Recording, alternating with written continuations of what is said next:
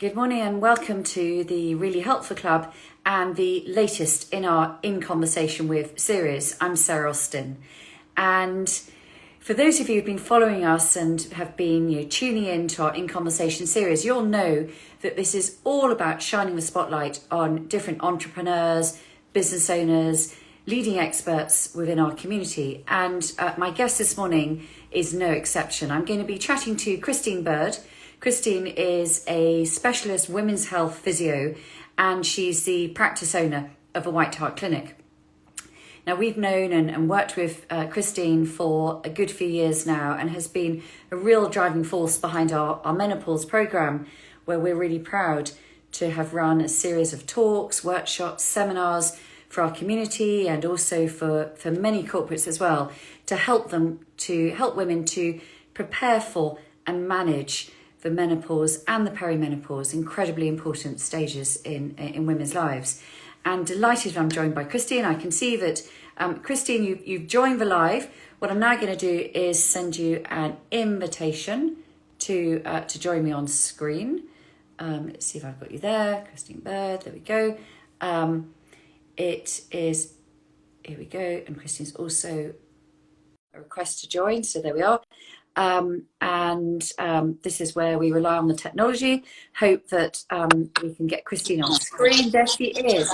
Good morning to you. How are you? Yeah, good. How are you doing? Very well indeed. Thanks so much. So welcome on board, Christien Bird. We're going to have, I think, loads of people watching and following us, because I was just explaining, Christien, that we worked with you right from the get-go, when we've been running our various different workshops and our menopause program, all about empowering women through perimenopause and menopause. So look, we've got a comment already. Hey ladies, so thank you, Tara. Thank you very much for joining us. Nice to see everybody. And I was just explaining that the purpose behind this is our series where we shine a spotlight on you, Christien Bird, get to understand the story behind you, what you do, why you do it, and to understand your journey, and then to understand what you've learned in your life as a business owner.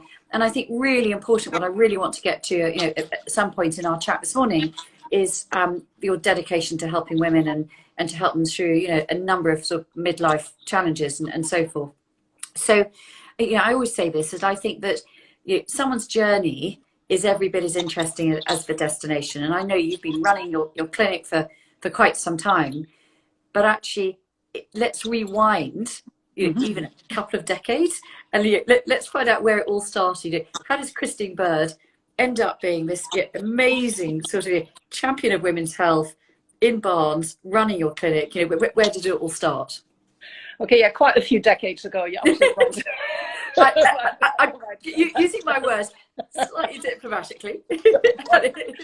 I suppose the thread through it all really is my dedication to women's health.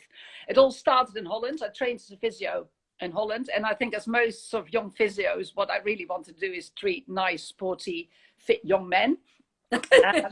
Then from Holland I moved to Germany, worked there for a while. Then I moved to the UK, started in the Midlands, and I immediately felt at home in the UK, work-wise, on a personal level as well. So I think that's probably why I'm still here. I seem to be very compatible. From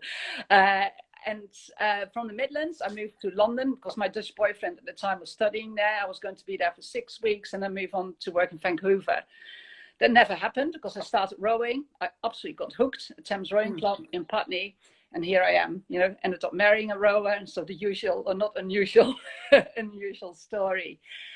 The women's health journey very much started when I worked at Central Middlesex Hospital in the outpatients department. And, weekly we used to get those referrals from gynecologists stating, like in their scribbles, urinary stress incontinence. And we were all sort of musculoskeletal physios, joint problems, sport injuries, etc. So we just used to go, don't know what we're going to do with that. Until I went, okay, I'll go on the course. So I did. Yeah. And that was really the beginning. I never really looked back of my women's health journey. Then sort of later on, I had 2 baby boys, and they were both blessed with heads. So that made my understanding of women's health also from a sort of personal experience. Then in my late 20s, before I had the baby boys, I did a master's at King's College in research methodology. And I suppose that's where my commitment still is to evidence-based practice.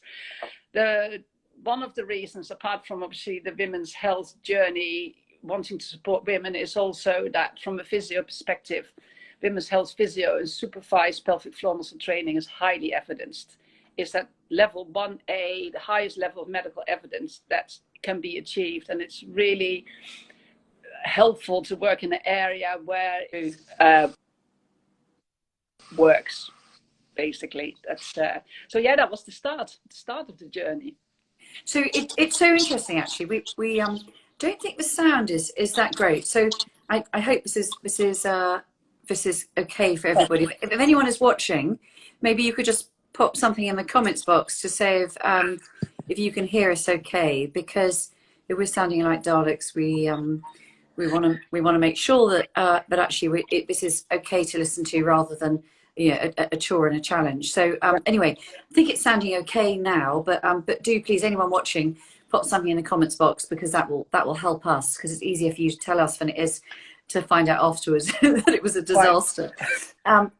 So I think, I mean, actually, it's so interesting, actually, because a couple of weeks ago, I was talking to Sue Drew, who, she had started her life, growing up in Canada, and then moving over here. So, we've had quite a few of my guests have started life in another country and then ended up in the UK, and then found it's a good place to settle. It's a good place to train. And it's where you've sort of built your career path. But I think the thing that will really perhaps be resonating with some of the people who are watching this either now or later on is that sense of how your life has moved in chapters, where you began in one area. Yes, you've always been in that sort of health area and in the health sector. So it's not as if you have gone into one area and then you've seen the light and you've now sort of sort of pursuing a passion. Is you've always been in that dedicated area of healthcare, but how actually that commitment to training, retraining, that passion to when you found your awakening, as it were, you then continue to reinvest in yourself and to continue to learn and to gain qualifications. And I think that is just again, it's a story that will resonate with many people watching. And I think is very relatable, that actually for so many of us, our lives move in these chapters where one chapter perhaps morphs into another, or you close a chapter and then you move on. And part of that is driven by, what is going on in our personal lives as well. We talk about falling in love with a rower, staying here, and and these things happen. This is how life sort of morphs and moves forward. And so, but you've had that constant of that commitment to healthcare, and then that sort of awakening of discovering your interest in women's health and actually how you can make a difference. So so thank you for sharing that. So now, obviously, I got to know you first of all, White Hart Clinic, which is the most amazing clinic in Barnes. And I know when we talk about you, Christien, and I don't think I realised this, when I first got to know you. People say to me, they come from all over the world to come and consult with you because you are so good. And you can't necessarily say that, but I can, and other and your clients can. And I think it is, I think we're just so lucky that we've got this clinic kind of on our doorstep for some of us, and hopefully within reach for others. So tell us about the inspiration behind it. What was that light bulb moment? I suppose that was sort of partly a practical one as well. I was what used to be called a superintendent in the NHS. I had my first baby, my first child, and I didn't really want to go back full-time running it. It just didn't mix and match. I wanted something more local. But then when I really had a good think, what I enjoyed most about work, apart from obviously treating people, is my colleagues and my work friends. And I couldn't imagine being a sole practitioner. So I considered private practice, but realized I always wanted to work in a team. So that's kind of how the clinic was born. And then we just started looking around for property. My baby was about 3 months old. So, you're kind of in a funny space anyway, but we kind of made the jump. In those days, you could still get an uncertified mortgage on their commercial property. I think times have changed. So we just decided to make the jump, put a flat upstairs to cover the overhead. So we started as a small musculoskeletal clinic, so and women's health clinic with an osteopath and a physio myself. I still remember sitting there on the Monday at the front in the reception together with my friend, the osteopath, and on Wednesday, the first patient walked in. And we sort of looked at each other and said, you better see the first one. And that's particular. So that's great. And some of those people that very much were with us from the beginning, we still see in episodes back, which is really lovely, because the clinic is now more than 25 years old. Then we actually got busy really quickly. So we sort of moved the flat away on in 2000, and we took over the whole building. And now we've got 7 services under one roof. I think initially I really missed working in the NHS, because I've always loved working in a big team, and there are people alongside you, above you, below you, everywhere. There was always support. And I think in that journey, initially, I felt quite isolated as a sole practice owner. That's, but then over the years, the team built. I got a fabulous practice manager on board about 25 years ago, and she's still with us now. So we very much built the business together as well. And I think you sort of slowly learn to sort of stick to the good eggs and move on the not so good eggs. Yes. So these are sort of all the learning. And then now I think I feel very comfortable in that running your own business space. But it was a journey with quite a few learning lessons in between. And it was a more isolated position at times. It's so interesting that, because we'll come on to talk a little bit about life as a business owner in a second. But I think to me, one of the important messages that come out of that is, you knew what you wanted to do, but you had a very strong sense of self-awareness as a professional. You knew what you didn't want as much as what you did want. So that, so actually from how you described that, and now how, the success of what you've built over 25 years, is that self-awareness right from the get-go, from day one, actually was a very important starting point. It was your first building block in your foundations of, you knew it needed to be a team. You knew that, effectively you took that risk because of that. It would have been probably perhaps, a different, slightly lower risk option to go into private practice and, to consult in that way. But, you took on that, that mortgage risk, that extra fixed cost risk, which is very interesting in itself. So tell us, you said you've got 7 different areas that you can serve. Tell us about the different services and say, why might I want to come to the clinic and consult with you or with one of your colleagues? Sure. So we're now 25 therapists and doctors under one roof. The ethos of the clinic has remained very much the same as it was right from the start. We work as a team. We inter-refer. We like to think when a client or patient walks into the clinic that they end up with the best person for them, which means that we also it can mean that we signpost the way within the clinic or outside the clinic. I like to think that sort of what most therapists and doctors really bring into the clinic is that they don't overtreat, that they hopefully will find what will make the difference to the person walking in, and that they all go the extra mile. I think that's something that we all have in common. So at the moment we've got 2 part-time GPs, very excitingly, because we expanded since COVID, because there was an opportunity to close the clinic down and put an extra story on top. That was the one silver lining about COVID. So we now got 2 menopause prescribing doctors in our clinic and 2 part-time GPs. So that's new to us. And apart from that, the service, we've always had a solid established service is still there, which is a team of physios, osteopaths, podiatrists, massage therapists, acupuncturists, and 5 therapists that run the psychological services. And we all inter-refer. Let's say if we in the women's health service see a person with birth trauma and needs psychosocial support, we'll refer on. And the nice thing, it is all done under one roof, which I think a lot of our patients appreciate, because they know we can communicate easily with each other. I suppose the physio is a bit more specific. So I sort of what you call a musculoskeletal physio, which is like a normal physio. You go for all your joint problems, muscle problems, sport injuries. We very much like to be the locally preferred service.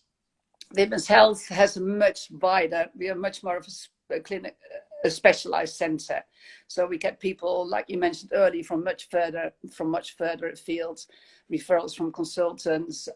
So from that point of view, we are a much specialised service that people at times will travel to. And as part of that service, one thing we run, which I think is important and sort of an overall message for today as well, is that we run pregnancy, postnatal and menopause MOTs. Okay. And although an MOT sounds quite mechanical, which obviously we're not cars, we're ecosystems, we are much more interesting. We're much more interesting than that. But the idea of launching the sort of MOT brand was very much around that women don't need to have a perceived problem. If they go through major changes in their lives and major changes to their physiology, it is the right moment to have a pelvic health check and a general movement check. So it's very much an MOT in that way. That's and those pregnancy and postnatal and menopause MOTs are very popular, and I think rewarding for people to spend some time and have a full review of their pelvic health. Do they leak? Are there bowel issues? Are there sexual dysfunction issues? Are there prolapse issues? So a lot of it's about prevention and making sure people return to safe exercise and still feel confident to move and exercise.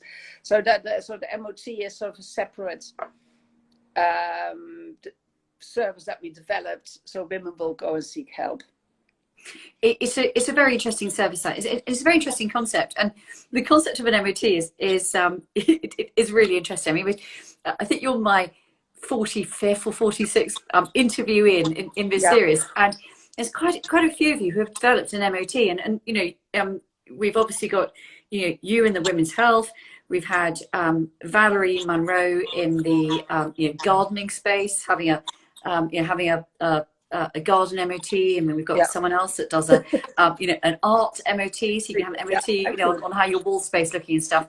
And I think it's almost like a sort of like a sanity check, isn't it? That it's I think particularly when it comes, as you say, in sort of your pre and post pregnancy, this is a major event to a woman's body, and I think that particularly with your first child, you really very few of us have any idea what sort of is happening, coming, etc. And therefore that concept of afterwards of checking that everything is okay, back in place, is you've got enough to deal with this sort of newborn baby to deal with. And then so I think the idea of just having that checkup is a really good good thing to have, that probably ought to be available to all. Ideally, and the NHS is setting up centres at the moment, so I think we are starting to make a dent in moving women's health forward. And one of the messages, one of the takeaways today, what I love everyone to walk away with, is do seek help. I think one of the things that women are really good putter-uppers. Yeah, turns out that's not a brilliant trait, and I can guarantee if you put up with when you leak, when you cough or sneeze, or you've got, prolapse symptoms, anything like that, there are no medals at the end of it. No one is going to erect any statues for you because you've put up so well with all this inconvenience and miserable symptoms. So please seek help, because most of those things can be treated.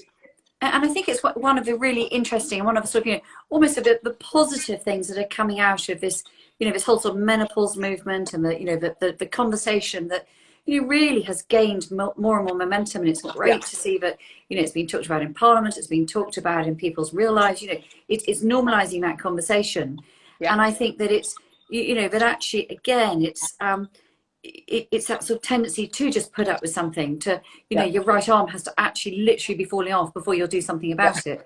Is that you are actually you don't need to. It's right to seek help, and but actually it can make a huge difference to your life, and therefore make a huge difference to the lives of those around you and those that you work with and stuff. So you're shifting that narrative, I think, has got to be, got to be a positive. So, so thanks so much for sharing that. Now, I think we can get a sense of what makes White Hart Clinic unique, but maybe can you kind of encapsulate of what you think your clients and what you think makes you, that bit different? Yeah, I do think what I mentioned before is that what we work hard on, that we are a true interdisciplinary team.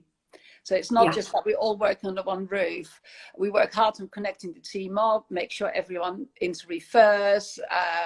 So it's very much that ethos that we all signpost to each other. And, I think your own clients and patients are always the best feedback there is. And whenever we've done a survey and we've asked for the clinic to be described in 3 to 5 words, the 3 things that always come up is professional, informal and friendly. And I'm actually quite happy with that. It is true, we've got an informality in the clinic, but under a very professional umbrella, and everyone is welcome and it's a friendly atmosphere. And I suppose my job in the clinic really is, apart from, I still have a small clinical caseload, is very much making sure that the therapists are happy working there. They can develop in their own way. So we've got a very strong set of therapists that feel well supported, supported in the clinic. I always think if we've got happy therapists, then that will really have a knock-on effect on our patients and our clients. And I would completely concur with, with that feedback. And so, from sort of our side of the fence, as it were, is that, one of the reasons why I love working with you, Christien, is that, what you've got here is a professional who knows, there's nothing you don't know. Clinically, you're just brilliant, but you're so accessible. And I think, again, that from a client's perspective, particularly when you're talking about the women's health arena, but, let's think more broadly, you want to feel in a safe space and someone that you can trust. And that's absolutely, I think, the ethos that you convey externally and clearly that you've built in internally too.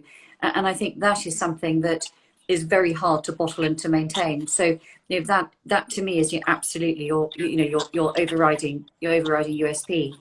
So we sort of touched on it a little bit about your passion to support women, and particularly through the sort of midlife challenges. And I hadn't realised till I was scrolling through some stuff earlier on this week, is that apparently this is National Continent Week, I think, as opposed to Incontinent Week or International or whatever, which, I mean, it does sort of like, you kind of find that there is a national and international something day pretty much every day of the year these days. But I do think, well, now that was amazing timing that we should do this talk. That's right.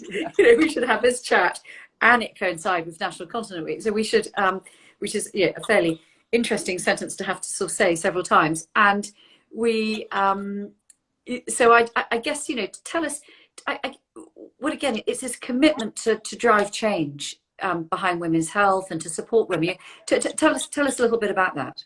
Yeah, so of course we planned this very carefully, Sarah. Exactly, it's all in line with national continent, international continent. Exactly. Oh, it's international. Okay, international. I do apologise, rest of the world. It's international, right? Yeah, and actually because one of the things I think as a women's health physio, we often get people that will come to us with urinary incontinence, which can be very well managed, with prolapse symptoms, but often bowels will get overlooked, and it just happens to be one of my favorite topics. So what we did on Tuesday with menopause movement, which we might talk about a little bit more, we had a whole webinar on bowel movements, and we had a nurse practitioner who's worked at St. Mark's, which really is the global leading bowel center, and it was just amazing. And I couldn't believe how many women joined us. And what I've always learned from you, Sarah, you always say at the beginning, especially when we talk about pelvic health and intimate things, no question is off the table. So I did that, and I can't tell you how many bowel questions we had of the most intimate nature. So that was just fantastic. So we just had to close at one point, and we'll have to do a part 2. So even something is such a silent problem, because often when we treat women that come in, let's say they leak when they do their CrossFit or they run or when they cough and sneeze, it's not until we start asking that the bowel issues come up as well. So the bowel issues probably is the most silent problem, and also the most miserable one. And again, another one that we'd really, with this International Continence Week, women to be aware of, that they can seek help. They can seek help with as well, because this nearly can always be treated. Yeah, terribly important. And I think that it's that creation of that safe space again. And as you say, I mean, we found this when we've done talks, and you're absolutely right. You know, we always say, ask that question, because you can absolutely, you know, you can see it happens every time, that there's somebody in the room that is just going, hooray, they asked that question. and I really wanted to ask it, but I didn't quite, you know, get round to it, whatever. And so they're so pleased that they've asked, that, you know, that question's been asked. And then it almost just sort of, you know, the rest happens, because then people go, oh, okay, well, that was all right. So now I can ask that question. And so it's sort of, you know, what's the point of showing up if you can't ask the stuff you want to ask, and if you can't find out what you want to find out, you know? But it's that whole thing of, I think, you know, again, you do that very well. It's that people feel safe. They know they're in great hands, and they feel that they can ask what they want to ask, and actually, but also be led to find out what they need to find out, because you don't necessarily know. I mean, that's part of why you want to show up, isn't it? Right? You know, and yes, well, thank you for, you know, I think thank you for doing what you do, because it's that whole thing of what again, what you were talking about is that silent stuff. And it comes back to your point about the putter-upper, that you know, again, we're very good at going, well, I've got this sort of calf injury, I've got this, whatever, but actually this other stuff just becomes gradually more and more debilitating. You suddenly find you've had this issue for a year, 3 years, 5 years, or whatever. And so you know, it comes back, you say, seek help at, you know, at every point. Yeah, totally. That's no, absolutely. And actually, also, I would love to, just in case we don't get around it, because I know we've been talking for half an hour already. That's all right. I really would like to turn the light back on yourself here, Caroline, because, you know, I've sort of, my take-home, you know, message really is about women seeking help. But from a business perspective, I think it's very much about women that start businesses to learn to stand on each other's shoulders. And I think the Really Helpful Club has definitely been one of those places, like yourself and Caroline, that when I was working in the clinic, was all under one roof. I was terrified of public speaking. And it was you that sort of kind of pulled me out of that space and made me do my first event. And I think it's a Really Helpful Club. Those events, I felt so supported that everyone had my back in that place. And also you do it with quite a bit of humor. If things go wrong, it tends to, which it always did, of course. There's always a few tech issues, which made it even more fun at times. So I think the Really Helpful Club kind of really got me out of my comfort zone. And it was a real, I think, experience of how women can support each other and stand on each other's shoulders. And sometimes I think as women in business, we don't always do that very well, because we always feel that we either have to reinvent it or start all by ourselves, and that we're sort of slowly learning that we can actually pull each other up, as long as we also always mention that and validate that and recognize that and shout about it and shout about it as well. Well, I'm very touched. Thank you very much. And I you know, I'll take that. Thank you. And it's really interesting, because you're right. I mean, I remember that. Well, I remember both of those actually vividly. Where, you know, the first time you did talk, and also that first time we did a talk on menopause, and you were going to talk about pelvic floors and stuff and things, and we didn't really know how it was going to go down in the room and stuff. And I think it was, you know, it's that combination of, it was fun, and, you know, and Caroline put it together brilliantly, and, you know, it was a fun but safe space. Which I think sort of, you know, really sort of made it work. And you're absolutely right. I remember also vividly the talk where the tech failed us very miserably. And, but again, you know, what's the worst that could happen? You know, and so yeah, I think as a business, and again, sort of, I mean, I know I've gone off a tangent, you know, in my world, but having worked in that sort of corporate world, where you have just about every form of support that you can imagine. So if something goes wrong, someone is waiting to help you, you know, to fix it. When you are running your own business, there is nobody that's waiting in the wings to help you. You've got to sort it yourself. And so actually, yes, you know, you can have all the planning in the world, you know, and of course that is really important and stuff like that. But having a sense of humor and surrounding yourself with a good support network that does have your back, I think goes an awful long way to help carry you through those, those sort of situations. So, so thanks for that. So, I also still have this image of you and Caroline. I think that was one of your friends' houses where we did a talk, a menopause event. And I sort of just was turning the corner, and you and Caroline, it was bucketing it down the rain, we were hammering in some sign, really helpful sign. It was kind of so nice to see you sort of getting your hands dirty as well. It's be on the case. And like in small business world, you do end up having to do all those things. You do. You do the more glamorous things, but you also really do the sort of basic. It's all glamour. It's all glamour with us. That's for sure. There's never a dull moment. That's for sure. So now listen. Just keeping it back to Christien Bird and what you're doing is you just touched briefly just now about the menopause movement. Tell us a little bit about that and what that's all about.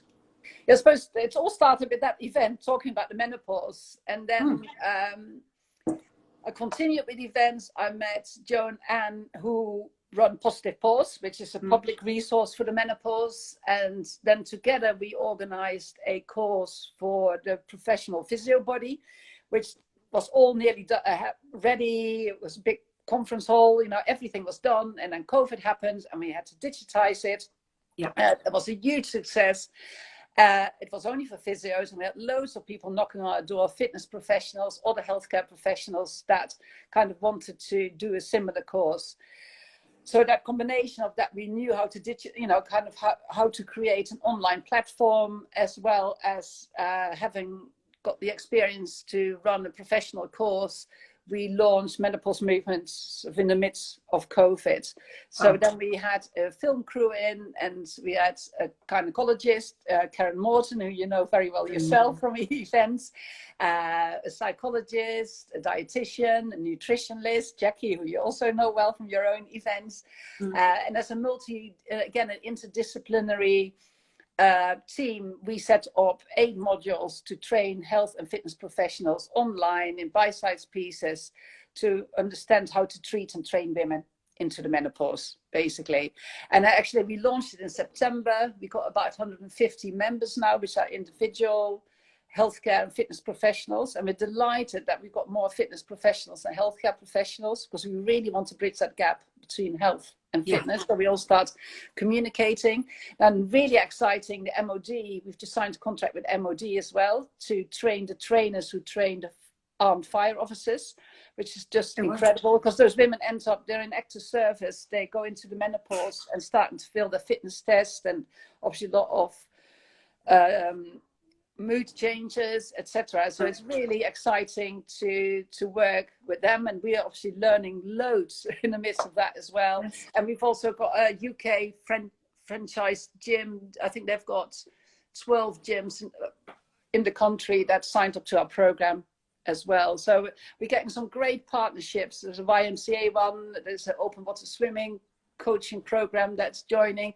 So it's actually starting to make some waves. So that's really exciting. It's really interesting, isn't it? And it's that kind of sharing best practice. It is an aspiration to best practice, but all driven by this desire to help women. So very interesting indeed, and good luck with that. I mean, that is great, really exciting. So well done. So I guess just some sort of last part. We've spent a lot of time talking about the inspiration behind the business, about the services you offer and how you help women. But let's shine the spotlight on you, because Christien, you've been running your own clinic now for 25 years. So you can win a medal for running your own business. And again, it's been listening, really interesting listening, sort of talking to you, that sort of journey of self-awareness of what you wanted, a team that you've built that has been really consistent, and you're still working with some of the original people that you started out with, and your commitment to help and develop and grow your team members.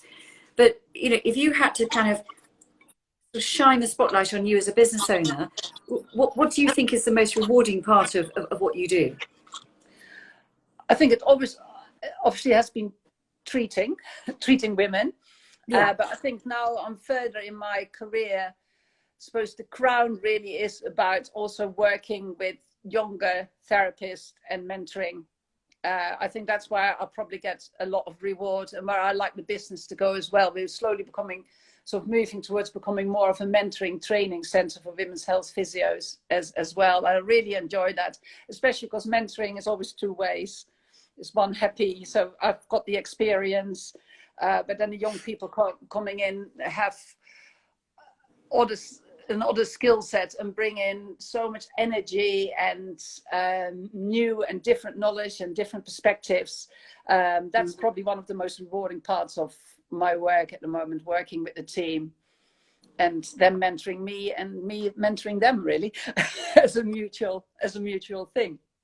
Yeah, absolutely. So again, it's that sort of, about lifting one another up within your team and drawing on one another's strengths and helping each other through challenges as well.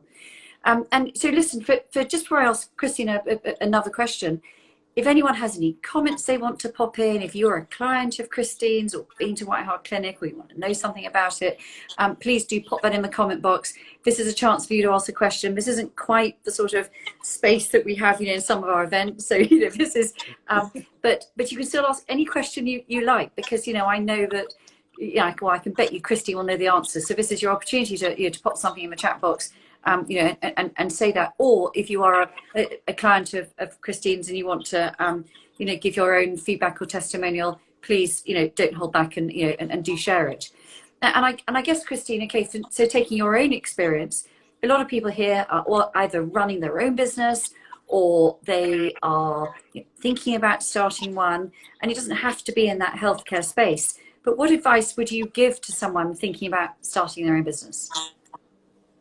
I think for me, but that probably was one of the sort of big business mistakes I made at one point, is that I lost my boundaries a little bit. But other people might have too rigid boundaries. I think mine probably were a little bit too loose, to the extent that if I meet a new therapist, a new person, I really liked the person, I thought the face would fit, I added another therapy. And it wasn't until one of a local GP, as a friend of mine, said, "So what do you do in the clinic?" And I almost couldn't say it anymore, because we had such a wide range. And that's when we really sort of brought it back. And I wrote a much stricter business plan for myself of the things we do. And now every time when I get enthusiastic about something, which happens quite easily to me, I go back to the business plan. And the practice manager is very grounding like that as well. So bring it back, see, does it fit into the business plan? So for me, it was very much in terms of us business learning, set clear boundaries. How interesting, isn't it? Yeah. And I guess it's that sort of trend that we've picked up on, with other business owners that I've chatted to on this series, is that temptation to want to do everything. And it's not necessarily an inherent desire to please, but it's that desire to grow. And to accept the business, and that actually you can't necessarily do everything and do it well. And that realization is a very interesting one. But I think it's one that comes with the maturity of being able to take that top-down view of your business, as opposed to in those early stages. But so thank you so much. So okay, look, you've been going 25 years. Obviously, you've been a healthcare professional for so much longer. But what you've done during COVID in the last 2 years, I think it's fascinating, in terms of the reach and the expansion of your business, and and the launch of the menopause movement is really interesting. If we sit down in another 1-2 years time, hopefully not 25 years time, but 2 years time, what do you think White Hart Clinic will look like? What's your goal? What's your game plan? Is it more of the same? Is it what do you think you'll be talking about? Yeah, I'd like to think that we still have the same core services under one roof. And what I mentioned earlier, but we will probably move more towards become more of a training center as well. And that's more women's health specific. We'll hopefully still be the preferred local clinic for everyone's injuries. But from a women's health perspective, we get women's health physios knocking on a door for mentoring all the time, or people that aspiring to become women's health physios. They might be musculoskeletal physios or have another speciality, and there's a real need out there to have workplace experience. There's loads of good courses out there. I'm on the educational committee of the professional body for women's health, and they've got some fantastic courses to offer. What we haven't got at the moment is good mentoring programs in clinical practice, and we're looking at working together with a charity that maybe those sort of mentor positions will be going side with a charity that's represent women's health as well. So we're looking at lots of things, and part of that will be a mentoring program. And I will also like to, I'm working with Menopause Care at the moment. They are a separate brand, and they are the doctors that provide our prescription service. And we'd really like to further build on that as well, because that seemed to be such a good fit for us to work under our roof. So at the moment we've got 2 of their doctors, and hopefully at the end of the year we'll have 4 of their doctors under our roof, which will be amazing. They're really, really good bunch. Amazing. Christien, the future looks bright, and you know, as ever, it has been a pure joy to talk to you. It's always a combination of, you know, fun, learning something from you, but also in awe of, you know, what you've achieved and what I think you will go on to achieve. So, you know, for everybody listening, thank you so much for tuning in. Thank you for you know, for watching. If you've enjoyed this, when we share this onto the IG channel and then onto other channels as well, please don't keep it to yourself. Please share this with your contacts, networks, etc. This is what this is all about. You know, this is too good to keep to yourself. And if you are a business owner, I love this concept of helping one another to stand on each other's shoulders. I mean, I think that is, again, it ties into that whole ethos of, you know, paying it forward, giving back, helping one another succeed. And it's something that we hold, you know, as a true value of ours at Really Help the Club. But I just conclude with, you know, your desire to, you know, to help women in every challenge through their lives, and don't be one of those putter-uppers. There's no medals for those putter-uppers. And remember to always seek help. Seek help, seek help. Christien, thank you very much for your time. Well, thank you, Sarah. I really enjoyed that, as always. It's great. Really good. It's good fun. Thank you very much. And thank you to everyone for joining us. That's great. Thank you. Bye-bye. Bye-bye.